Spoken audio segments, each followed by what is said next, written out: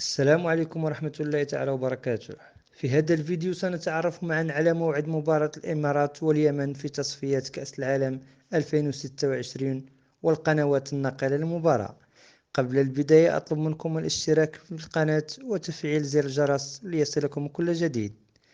يستعد منتخب الإمارات لمواجهة نظيره اليمن بالجولة الثالثة لتصفيات كأس العالم 2026، وتقام المباراة على أرضية ملعب آل نهيان في أبو ظبي بالجولة الثالثة لمباريات المجموعة الثامنة لتصفية الدور الثاني من التصفيات الآسيوية المؤهلة إلى نهائيات كأس العالم 2026 وكأس آسيا 2027.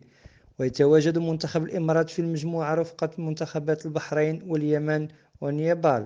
ويتصدر الأبيض الإماراتي ترتيب المجموعة برصيد 6 نقاط، ويليها البحرين ثانيا برصيد 3 نقاط، ثم اليمن ثالثا برصيد 3 نقاط، ويتديل منتخب نيبال الترتيب بدون نقاط.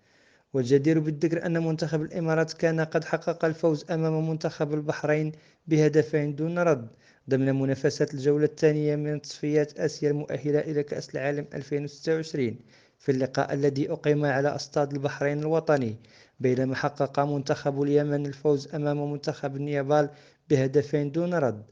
وتنقل المباراة في تمام الساعة 9 بتوقيت السعودية و6 بتوقيت غرينتش عبر شبكات قنوات بي إن سبورتس.